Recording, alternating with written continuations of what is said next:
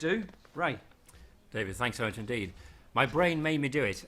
The idea is about that developments in neuroscience, particularly observations of activity in the living brain using techniques like functional magnetic resonance imaging and so on, the kind of techniques that Piero has been involved in developing, have shown that we're not as free or as accountable for our actions as we have traditionally thought.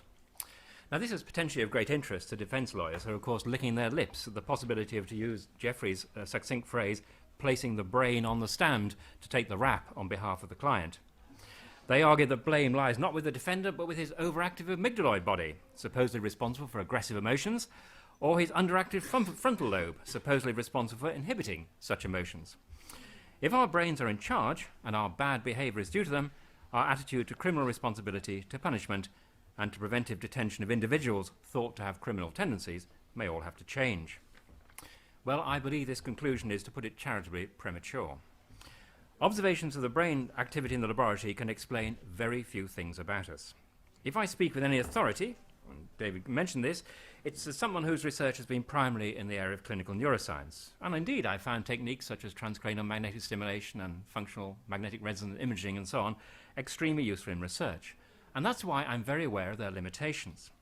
They certainly do not answer questions about the free will, and in particular about legal questions about the allocation of blame.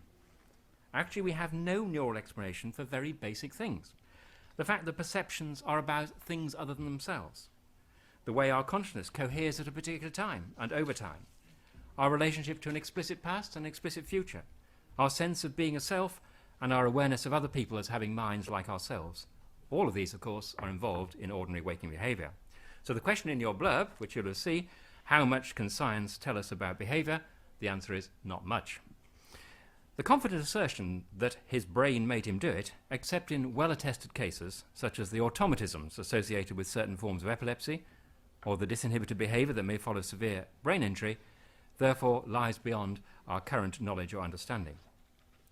And anyway, those who want to blame their brains for their misdemeanours should be challenged on philosophical as well as empirical grounds. First of all, why stop at the brain when you are seeking the causes of bad behaviour? Since the brain is a physical object, it is wired into nature at large. My brain made me do it must mean ultimately that the Big Bang made me do it. In other words, neurodeterminism slides quickly into straightforward determinism. Are the brain blamers really wanting to deny anyone's responsibility for anything at all? And I'll come back to that. But interesting, there's a contradiction built into this plea of neuromitigation of blame. The claim my brain made me do it suggests that I am not my brain, even that my brain is some kind of alien force. If I were my brain, then my brain made me do it would boil down to I made me do it, and this would hardly get me off the hook. And yet, but if I'm not identical with my brain, why should a brain make me do anything? Why should this bit of matter single me out? The truth is, if my brain was simply impersonal, if my behaviour was simply due to impersonal brain activity, 4 of the words in the short statement, my brain made me do it, would look ready for the chop. Made and do go, because if I'm not an agent, it's hardly likely that my brain, which is a mere physical object, should be a voluntary actor.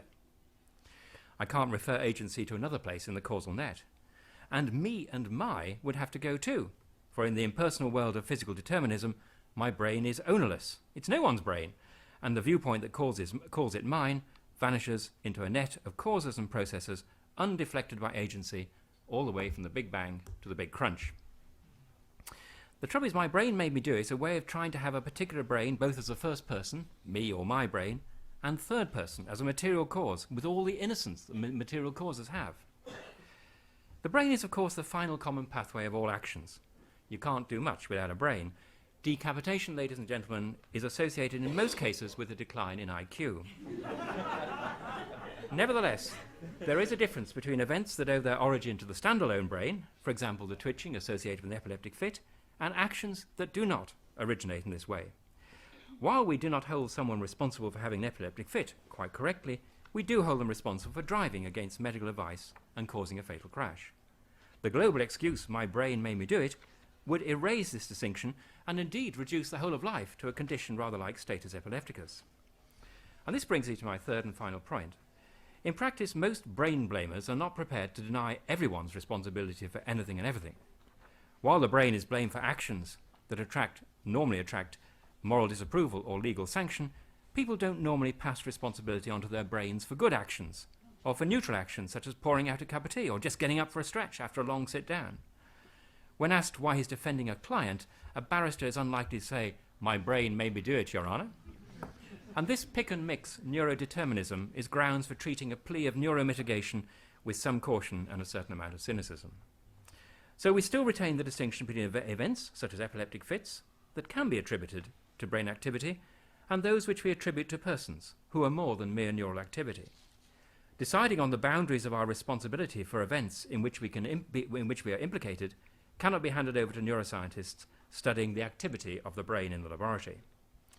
So the neuromitigation of brain has to be used critically and treated largely with suspicion, except in those instances where there is unambiguous evidence of grossly abnormal brain function or abnormal mental function due to clear-cut illness which may have its origin in brain disease. Our knowledge of the relationship between brain and consciousness, brain and self, brain and agency is so empirically weak and so conceptually confused that the appeal to neuroscience in the law courts, in the police station or anywhere else is, to say the least, premature and usually inappropriate. And I would suggest it will probably remain both premature and inappropriate for the foreseeable future. Neurolaw is just another branch of neuromythology. Thank you.